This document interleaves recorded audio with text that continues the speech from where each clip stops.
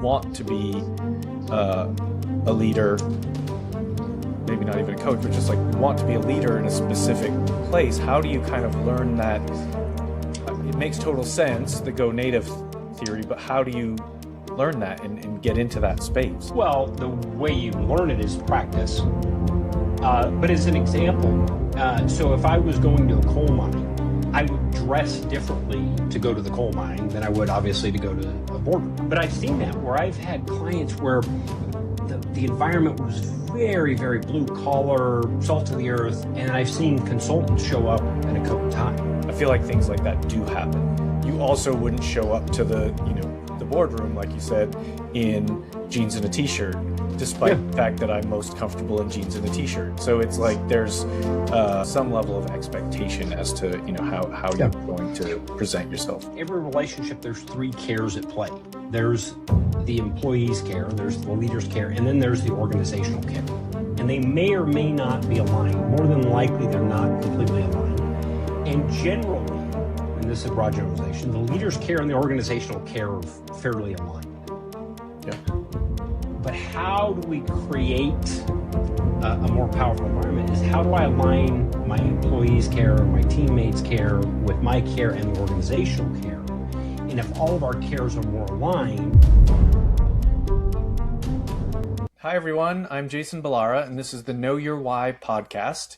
Today, I'm here with Croft Edwards. Croft is an ICF Master Certified Coach and the author of the new book, The Liquid Accordion, a somatic and embodiment primer for coaching in, with, and through the body for coaches and leaders.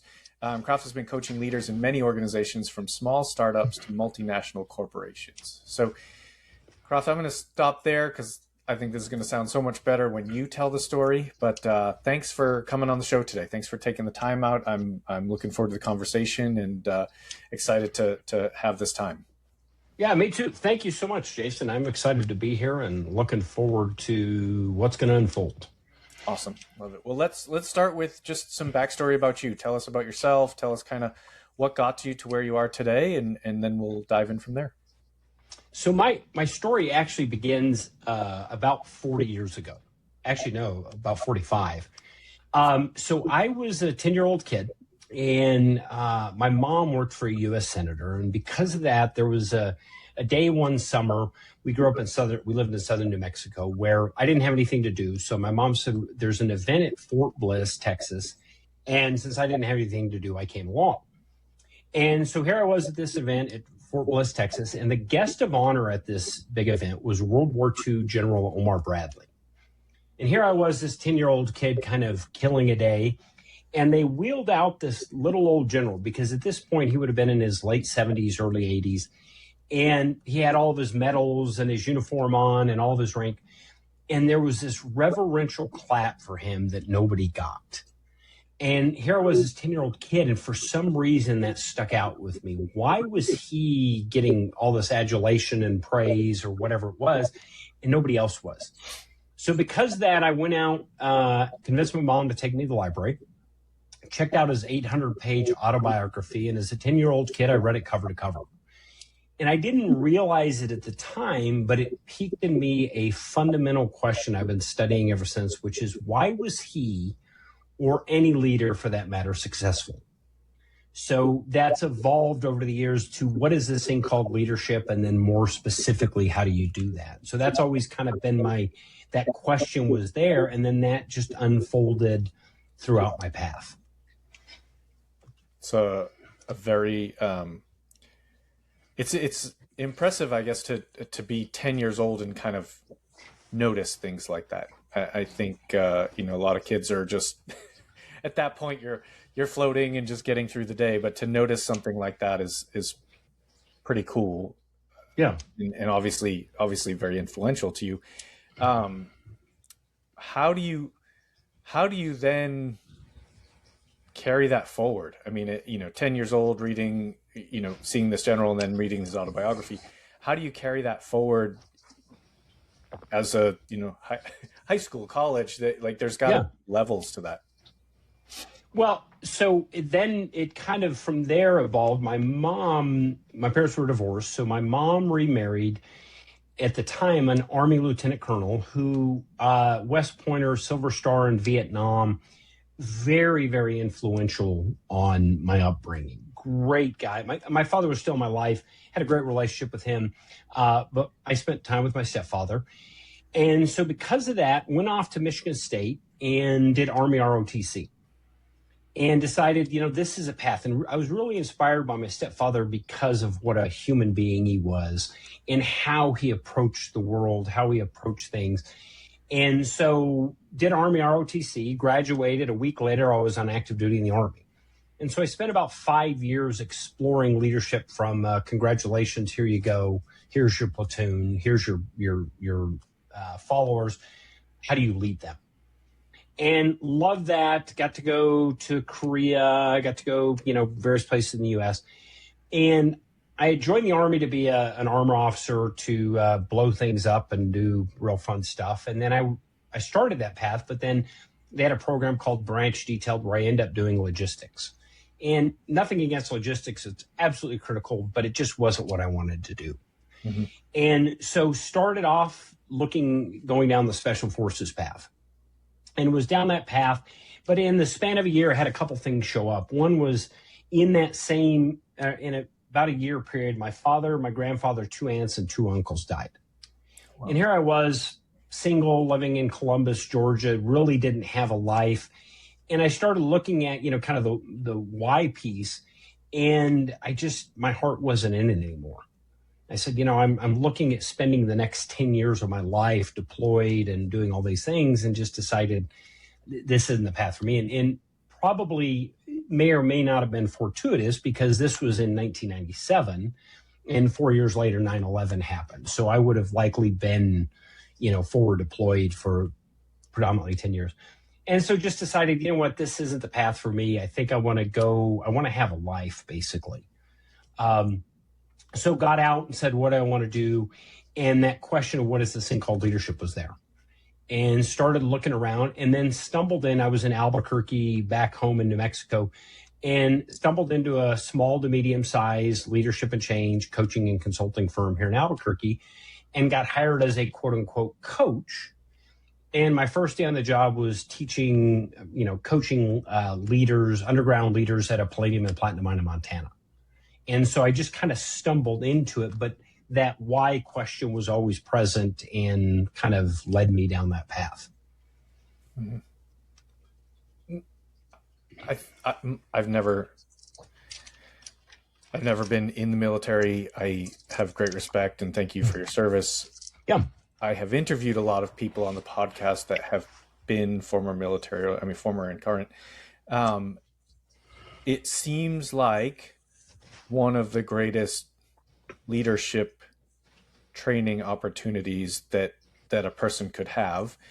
But I wonder, as you were speaking, I wondered, is there a difference? Is there a difference in, kind of leadership and leadership styles in the military versus when you come out and you're working with, whatever? I'm sure there's probably different leadership styles in different industries even. So yeah, having experience kind of on both sides of that, do you feel it's different, or maybe it's the same and just apply it in different ways? But what's your take on differences between military and like civilian leadership? So I'll talk out of both sides of my mouth. So if you'd asked me then, I would have said, we're the U.S. Army. We kind of own the title of leadership. And I think very arrogantly, I would have said, I know what leadership is. As I've evolved and grown, what I've realized is there is no one or best type of leadership, but they all do have fundamentally the same DNA, which is how do I create a place where people are committed to a shared future? And so in the military, obviously very harsh environment, we have a mission, those kind of things, but I can be just as powerful a leader in a nonprofit or a small community or a family. Mm-hmm. So the principles are there. As I've evolved and become, my background and training is in what's called ontological coaching or generative coaching. The distinction we use for leadership, which I find is a very powerful distinction, we define management as the authority granted to an individual by the organization. So in the Army, I was given authority by my rank, or I was a platoon leader. So they said, here you go. With this authority, the Army says you can do the following things. But what I learned is leadership is the authority granted to an individual by the follower. So only a follower can assess whether you are somebody they see a future that they care about. So as a lieutenant in the Army, I had management authority, but whether I had leadership authority, it wasn't up to me. It was up to the followers that say, you're somebody that I trust with my future. Mm-hmm. And so that's why it doesn't matter how you do it, so to speak. It's that, will people see you as somebody that will create a future that they want to be a part of? And so, I use the example, not getting into politics, but, Donald Trump. I could find people that will say he's the greatest thing since sliced bread. I will find people that say he's the Antichrist. He's the same individual, but it's based on how they see him taking care of their future. And so that's the way I look at leadership. As to whether I'm a leader, well, that's based on the followers. And then how do I do that? Is through the conversations I have, my actions, my behaviors, so on and so forth. Yeah, that makes so much sense, and such a great kind of explanation. And funny enough, had exactly the same example pop into my head while you were talking about it, because it's obviously a divisive topic. So you said you started in a palladium mine. Is that what? Palladium and platinum mine in Montana. Yeah. So, I would think that's very, very blue collar. And I've heard, in the business world, very different in leadership from blue collar versus like, your white collar office type jobs and corporations. But my initial thought at a question here was, well, what's the difference there? But maybe it goes back to what you just said, in that the leadership is granted by, the followers. And in this case, it would be, I guess, the employees in those businesses, regardless of blue collar, white collar industry. It doesn't necessarily matter. Is that kind of the take home? Are you planning a remodel or construction project? Overwhelmed by the process? Over budget? Extended timelines? Strained relationships? We are all too familiar. At Lark Construction Services, we help homeowners and business owners take control of their construction journey, from reviewing bids and contracts to catching red flags before they become costly mistakes. Our Clarity Audit is a one-on-one expert review of your plans, estimates, or current progress, giving you the peace of mind and a defined action plan to move forward with confidence. Don't let confusion lead to costly errors. Visit larkconstruction.com and schedule your free call today. Lark Construction Services, saving you time, money, and stress.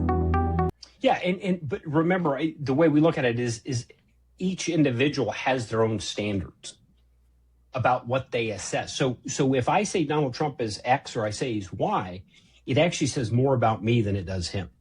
It says, what are my standards? Mm-hmm. How do I look at the world? What do I consider important? And if his behaviors align with that, I am then likely to say, oh, that's somebody I see as a leader. If my standards don't align with that, then I would say, no, he's not a leader, right? And so it doesn't matter who the person is. And as a leader, I have to show up that in a manner that others say, that's a future I want to be a part of. So as a coach, for instance, I have coached CEOs. I'm on the 8th floor in the CEO room, but I've also coached coal miners underground, a mile and a half underground at 3:00 in the morning. Either way, can I adapt to the situation where they say, here's somebody that I assess has some value, right? And so one of the things, the Army Special Forces has a motto called going native. And so a lot of what I do as a coach is I go native. If you were to go to a client and see the room, you would say, I can't tell Croft isn't part of this organization because I blend in. And how do I do that? Well, I have the conversations that they deem as necessary, and I still can bring my perspectives in and stuff like that, but I have to show up as somebody they're going to grant authority to. So in coaching, that's the same distinction. I can be the world's greatest coach, but if the coachee doesn't see me as somebody who adds value, then we're not likely going to have that future together.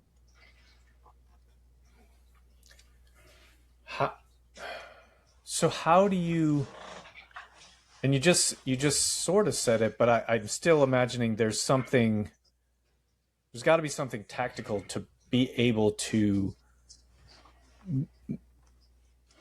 go native with people across different industries, backgrounds, things like that. Like, you're saying you're coaching all different types of people. How I'm sure some of it just comes with experience and dealing with those people, but how do you kind of adapt yourself if you want to be a leader, maybe not even a coach, but just like you want to be a leader in a specific place? How do you kind of learn that? It makes total sense, the go native theory, but how do you learn that and get into that space? Well, the way you learn it is practice. But as an example, so if I was going to a coal mine, I would dress differently to go to the coal mine than I would obviously to go to a boardroom. Yeah. But I've seen that where I've had clients where the environment was very, very blue collar, salt of the earth. And I've seen consultants show up in a coat and tie. Yeah.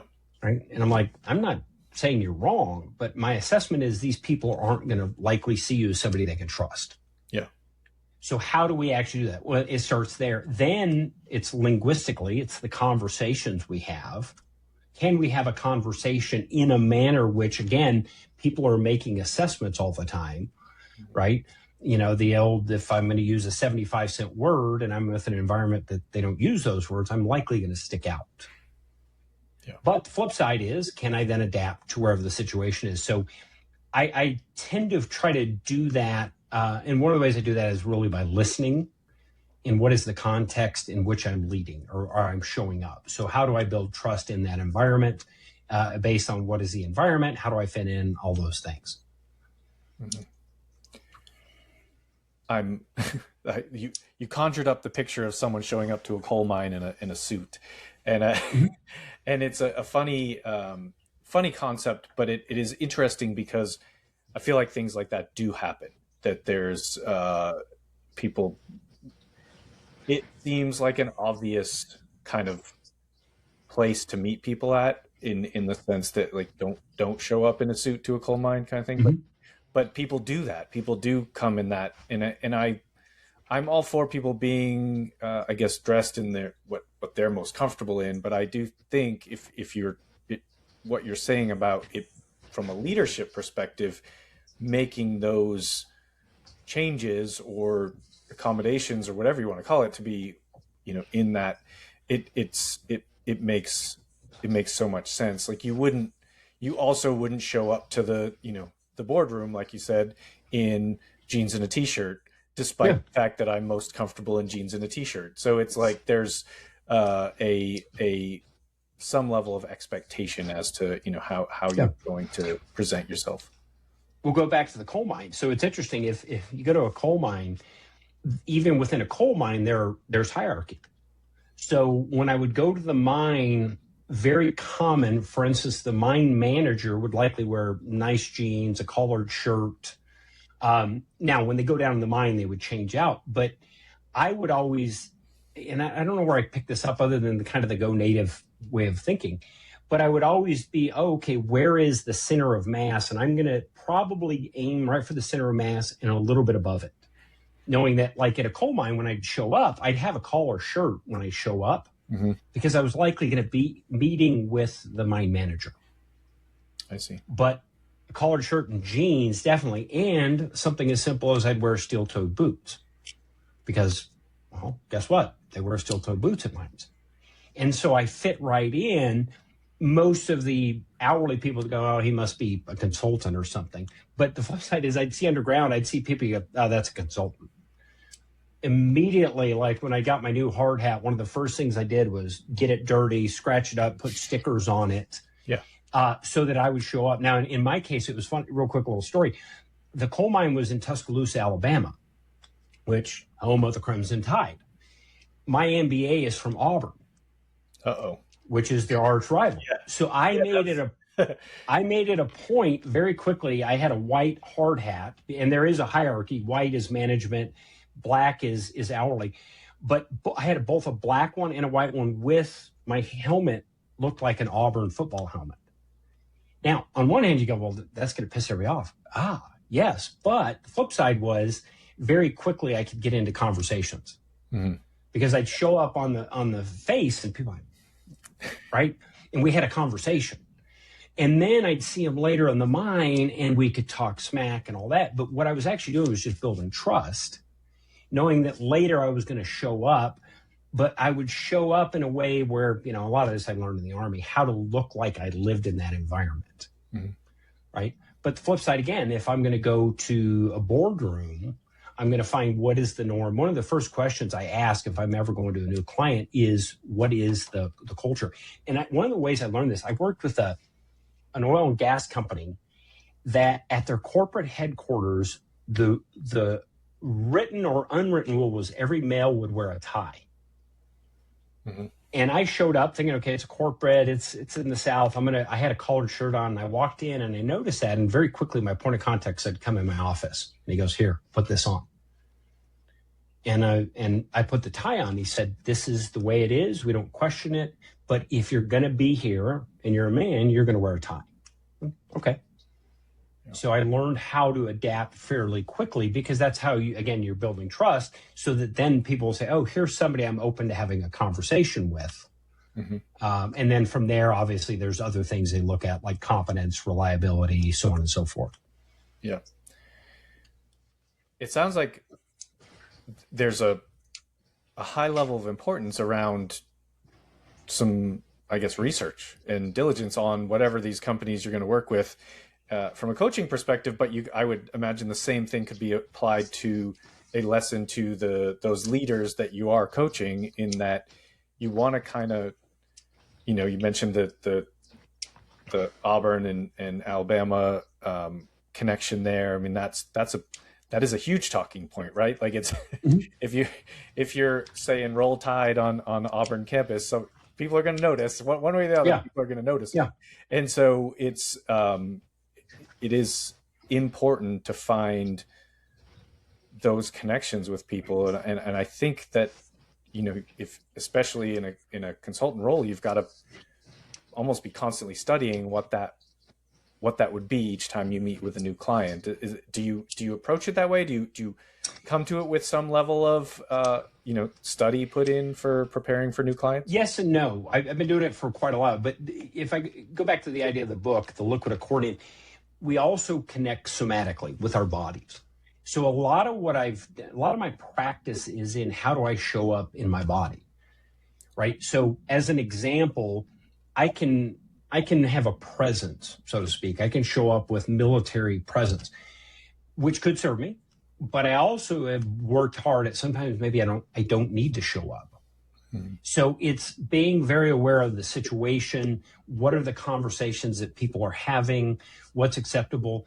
A lot of what I do is I have an initial idea. Okay, here's how I'm going to approach it. But then as I go in, I'm just listening. And we use the word listening a little bit differently. I'm feeling emotions. I'm listening to the words they say. I'm watching the bodies to see, how do people fit in? And then adapt accordingly. So a lot of times if you were to see me in a client initially, I'm just kind of quiet in the background.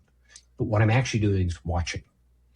Where are the conversations? Who has the political power? Who doesn't have political power? And then how do I develop relationships in that context? Yeah, that makes a lot of sense. You've almost got to be like a chameleon and kind of fit into whatever that moment and really requires of you to be able to establish that level of leadership. And I think there's a lot talked about leadership styles, and sometimes people, gravitate towards that. Really, I don't know exactly the right words to define it, but sort of an aggressive, my way or the highway sort of leadership style versus someone who's a little bit more I don't know, the term that comes to mind is players coach. Like you hear, in the NFL, and some guys are real hard on the players, and some guys, more trying to be their friends. And I would think that you must come across people that have receive each of these different styles differently. Like some people might like that hard-nosed sort of leadership style, while others might really want to be, more of that friend or collegial type of interaction. Is that another thing that you're observing? And how do you have your leadership style and you kind of stick with it? Or what do you look at from that standpoint? So if you think of the military, I think most people who have very little understanding of the Army would think that leadership is like George Patton, right? You're this bold and audacious, yelling, barking out orders. And there are people, and there are times for that. But I've also met some of the most loving and caring leaders I've ever met in the Army, right? Mm-hmm. So another way I look at it, there's a way of looking at things called spiral dynamics, which basically looks at how individuals and cultures evolve, and I won't get too far into it, but one of the concepts in there is what's called spiral wizardry. And spiral wizardry is, can I play at any level? And then can I have conversations that are applicable to that level? Because organizational cultures have norms and means, ways of doing things, even if we don't know what it is.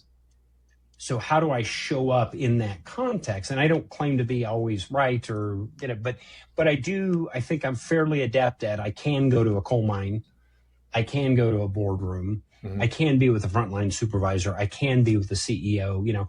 I tell people my daughters give me grief about my MBA because two of my daughters went to Alabama. So that's a whole nother story. But one of the reasons I tell them I did an MBA was simply because then I could walk into a boardroom. Yeah. Right? MBA, they're letters, right? The Master Certified Coach designation, they're letters. But what they do is they allow us to show up in a place, right? So I'm an MCC, which is the highest level in the International Coach Federation designation you can have. Like 4% of coaches have it. I don't lead with that, but it has led me in the door where, what are your credentials? Right. So I've got the credentials, but then it goes back to, how do I build trust? And I do that through conversations, how I show up emotionally, right? Somatically, how I show up. So I'm always aware of that, but I would assess maybe to a point where I'm not as conscious about it because I don't have to be. Just through practice, I've done that. But I'm a human, and there may be things I'm very blind to, and I just can't see what I can't see. Yeah. Leadership is such a fascinating topic. And I feel like you can take so many different perspectives on it, but I like what I'm hearing from you. A lot of this is just about being pliable and being, cognizant of what the people are that you're trying to lead with, or trying to lead are, meeting them where they're at, go native, as you said. It seems like a lot of it is about just being very, pliable to what the needs are of that situation, whether that's the way you're dressed or the things you're talking about. It just sounds like that's a big part of it. Yeah. You think of the emotional intelligence, which was very big 15, 20 years ago, and it's still relevant. But how do you be emotionally intelligent? Well, that's just that listening, of being around somebody and realizing, this is the conversations that they're open to. These are the ones we can't have. And can I show up as a conversation? One of the things that, in a coal mine, very, for lack of a better word, macho environment, very masculine environment. But every one of those miners is a human being. They have cares. They have people they love. They have things they're dealing with, right? So it's kind of a little bit of a polarity. Can I show up that way? And can we have a conversation about what they really care about? Maybe they're scared because this is the first time they're leading a project and they don't know how to admit that they're lost. We can have that conversation. And so a lot of what I attempt to do is create a space where we can have a conversation so that that conversation can ultimately, in a coaching perspective, help them take care of what they care about. And that's where coaching is going. It's not my job to say, Jason, you're doing it wrong. It's my job more to say, Jason, what do you care about? And how can I help you to take care of that care? Now we then may look at, where you're doing it this way, what results are you getting? And are you doing it this way because you're in choice, or that's just your default? Right? So you're the proverbial hammer, now everything's a nail. Well, if we truly need a hammer to hammer a nail, that's great. But maybe what you need is, how can we help you develop new skills, which now you aren't just a hammer. You can be a screwdriver, you can be a wrench, you can be whatever the situation needs. Yeah. Yeah. The point about figuring out what's important to people, I think is another really important piece of being a leader, especially in business, because I feel like, maybe I'm wrong. I feel like when I grew up, the first jobs I had, things were often, the hammer and nail. I was the nail, and there was someone leading that way. And I think, I don't know if it's generationally or what, it's very different now in basically what employees want, right? Like what's important to them. As you just said, it's like, it used to be, well, just, someone's really good, you just need to offer them a raise, or like things like that. But it doesn't seem to me that that's even, some people don't care about that. They want more time off, or they want, whatever. They want more of a, leadership role themselves. It seems very much that leadership is something that you really do have to listen. You really have to understand what the people that you're trying to affect positively, what they really want, what is positive for them. And I think that's the message that I feel like I'm getting from you, and kind of like an overall theme. Yeah, I would say every relationship, there's three cares at play. There's the employee's care, there's the leader's care, and then there's the organizational care. And they may or may not be aligned. More than likely, they're not completely aligned. And generally, and this is a broad generalization, the leader's care and the organizational care are fairly aligned. Yeah. But how do we create a more powerful environment is, how do I align my employees' care or my teammates' care with my care and the organizational care? And if all of our cares are more aligned, we're likely to get more of what we want. And then go back to that distinction of what is leadership, the authority granted to an individual by the follower. If I'm the follower and I see my cares are taken care of, which, to your point, may be financial, it may be motivational, it may be inspirational, right? It may be my identification is tied to this role. If I have a leader that I assess is going to help take care of that, I'm likely to be more committed. And then ultimately, what we look at a lot is, how do we get commitment versus compliance, right? So I work a lot with safety, for instance. Yeah. Would we rather have an organization that is compliant with safety or committed to safety? Well, every organization says we're committed. Right. But what most organizations do is focus on compliance. Not because they're bad people. They don't know how to have the conversations to actually get to commitment. Yeah. And the way we do that is take care of people's cares. So we have different conversations, which again, go back to the body, go back to emotions. How can I have a different conversation if I don't know how to do that? If my body tenses up every time we talk about touchy-feely stuff, right? So a lot of this, that's where a lot of my work in the body and somatics gets into. How do I show up in a body where, I can have a difficult conversation? And the way I do that is I get comfortable in my body to where, okay, Jason, let's have that conversation so I can listen for what your care is, and then we can align our cares. Mm-hmm. Yeah, I love that concept. I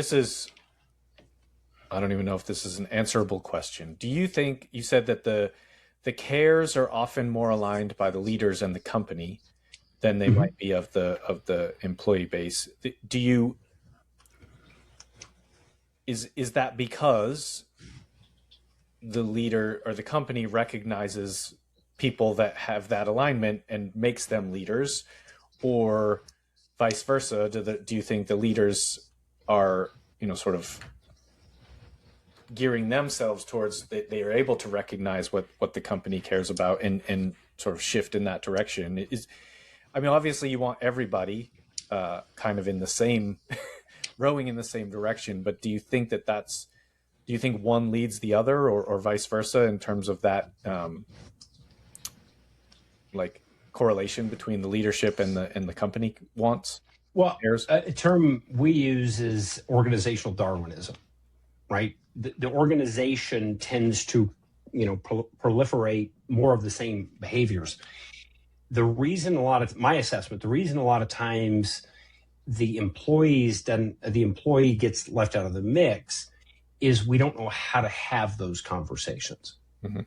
And so a lot of what I do in coaching is how to actually have that conversation. Because high-performing organizations, there is an alignment, right? So if we think about using the management and leadership framework, if management is the authority granted to me by the organization, so if you're my manager and all you care about is getting 40 widgets made a week, what I'm likely to do if I only assess you care about you is I'm going to give you right at 40 widgets. Because that's going to keep me out of trouble. It's going to take care of my care, which is I don't want to be here. Right? But commitment is that above and beyond. So if I'm committed to you and our vision and the organization, now I'm not going to just give 40. I'm going to give whatever I can. Maybe it's 50, maybe it's 60, because I'm feeling committed. I'm feeling like we have a shared future together. But that can be hard to do if I, as a leader, don't know how to have those conversations. Simple example, like safety glasses used to be, in a mine, you have to wear safety glasses. And what would happen is somebody would be in the mine without safety glasses, and a leader, meaning well, would get over here. Where the heck are your safety glasses? Boom, boom, boom. And they're trying to get the person motivated, but what they're doing is demotivating. But I had an amazing mine manager that what he would do is he'd find somebody without their safety glasses, and he'd sit down with them and he'd say, Jason, I got to have a conversation with you. Do you have a family? And you'd say, oh yeah, I've got a wife, I got 2 kids, and all those things. Well, here's why I want to have this conversation. I want you to be able to go home and see your family. I want you to be able to do that every day. Mm-hmm. And so the reason I want you to wear safety glasses isn't because of a rule. It's because I want you to be able to see your family. So I want us to have a different conversation. And the conversation is, I want you to be committed to wearing those safety glasses. And then it would unfold. And because there was a care, right, that leader would get the person a lot of times commit. And then what he would say is, here's our standard. If I see you in the mine and you don't have your safety glasses on, we're going to have the same conversation. And if we have to have it 3 times, we're probably going to have a conversation whether you should even be here. Right? I'm going to set, this is a big care. So safety is a care. But conversely, if you ever see me without my safety glasses, I want you to hold me to the same standard. And so I'd watch him do this, and it was almost effortless. And he got commitment. It was effortless, yet what you didn't see was all the years of practice it took for him to get good at something. Right. So as anything, conversations are a skill that can be learned. Well, how do we get good at them? We have to practice them. But if all I'm practicing is hitting with a hammer, I'll get good at it. But I don't know how to use a screwdriver or a saw or another tool. Yeah. So it's creating a culture where there's practice, where we're good at it. But that takes a lot of extra work. And many times organizations say, look, we're too busy, we're overcommitted, we don't have the bandwidth. So just go get them compliant to safety. So we do a safety briefing. We spend 10 minutes talking about safety, but then we have an accident. Yeah. Sometimes I think, for me, examples like that are the best way to understand, right? Like the best way, which I think is in a lot of instances where a coach like yourself at your level and your experience can be so effective, because you tell that story and it's like, I don't know. I've never thought about safety glasses that way, like ever. I'm like, I'd be one of those people that'd be like, yeah, I forget or whatever. Like it's not top of mind. It's not like the most important thing. But when you put it that way and you actually like connect at that level with someone, it's immediately like, I need to do these things. Like I need to be, worry about that sort of stuff. And I think that's such a good way to relay the message. So I appreciate you telling that story. Well, and here's another interesting thing that happened. Now that mine manager and that person actually have a relationship. Yeah. So the next time, because of this conversation, the mine manager was very good at remembering names. Now, the hourly employee, everybody's going to know who the mine manager is, especially if the two of you have had a very personal conversation. Mm-hmm. So now as that mine manager would go underground, he would see that employee again. They both would have safety glasses on, but they also had a relationship. Yeah. And they could talk. And now this person had that skill, right? Because the leader was teaching, here's how I want us to be around this. I want us to be committed to safety, not compliant. So now we're actually practicing the conversations we want to get good at. Mm-hmm. Yeah, no, that's great. Well, Croft, in the interest of not keeping you here all day, I will shift gears and ask you the questions I ask every guest. And the first one is, the name of the show is Know Your Why. So I do ask every guest, what is your why? I think you've been leadership focused for a long time. So very interesting path and love to hear kind of what your take is on your own why. Yeah, I've been somebody, I just always have kind of known it. So I just kind of, 10 years old, it was kind of like, that's where I'm interested. And I've always been aligned with that. And it just worked. So I haven't had to practice it per se, but then the reality is I have been practicing it because I've always just known, here's my why, here's where I want to go. And I just kept on that path. So for me, it was relatively easy, but I do coach a lot of people that they don't really know what their why is. So ultimately where we go is, well, what do you care about? Yeah. And how do you take care of that care? That's our why. Yeah. Yeah. And you're able to pass that on to other people. And I think, it's sounds like a simple way to put it, but really it is like, what do you really care about enough to make changes and put the safety goggles on and whatever, going back to that story. So I think it's a fantastic perspective on it. When people hear this and they want to connect with you, what's the best way for them to reach out? Well, the good news is I don't know of another Croft Edwards in the world, at least one that's not on LinkedIn. So Croft Edwards, I'm the only one on LinkedIn. I'm on X now. But really, if you want to find me, I'm fairly easy. Just type Croft Edwards and I show up first in the search engine. Again, not by expertise necessarily. It's just more by default. But I'm on LinkedIn, on X, and then my webpage is croftandcompany.com. And then for the book, it's liquidaccordion.com. And on there, you can find out, you'll be able to find this podcast and then what things I've got going and learn more about the book. Okay, perfect. And is the book currently available? I know we'll probably, we record and this will come out a little bit, but the book is currently available. Yeah, it's out. It came out the 24th, February 26th, and having a blast with it and lots of conversations, and it's out there in the world now wherever you find books. Love it. Well, we'll get all that stuff in the show notes. Croft, thank you for coming on the show today. I really enjoyed the conversation and everything that you shared. Leadership is such an important topic to myself and I'm sure a lot of the listeners. So thank you for sharing all that you did. Thank you, Jason. My pleasure, and what a great time. Folks listening, make sure you connect with Croft, especially if you're looking for leadership coaching. I think that'd be a great resource for you. Please like, rate, and review the show.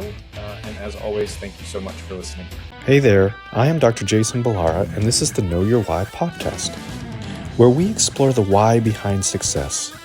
Every week, I meet with real estate investors, veterinary entrepreneurs, mindset coaches, authors, and fitness professionals to uncover their why and how it drives them on the winding road to success. What is your why?